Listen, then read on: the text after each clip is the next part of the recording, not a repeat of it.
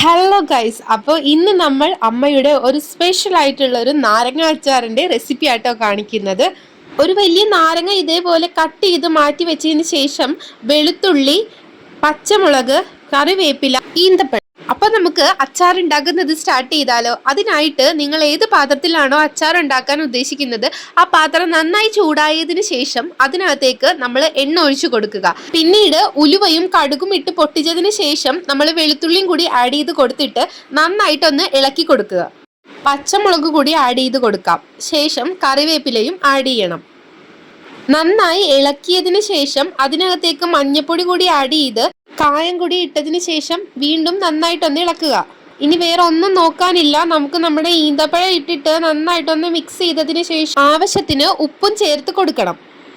ഇനി നമ്മുടെ മെയിൻ സാധനമായ നാരങ്ങ കൂടി ഇട്ടിട്ട് എല്ലാം കൂടി നന്നായിട്ടൊന്ന് മിക്സ് ചെയ്ത് കൊടുക്കണം കേട്ടോ. ഇതേപോലെ നന്നായി മിക്സ് ചെയ്തതിന് ശേഷം നമ്മൾ അതിനകത്തേക്ക് മുളക് പൊടി ആഡ് ചെയ്തിട്ട് നന്നായി ഒന്നുകൂടി മിക്സ് ചെയ്യുക. എല്ലാം നല്ല രീതിയിൽ ഒന്ന് യോജിച്ച് വന്നതിന് ശേഷം നമ്മൾ അതിനകത്തേക്ക് ചേർക്കുന്നത് വിനീഗർ ആണ് കേട്ടോ.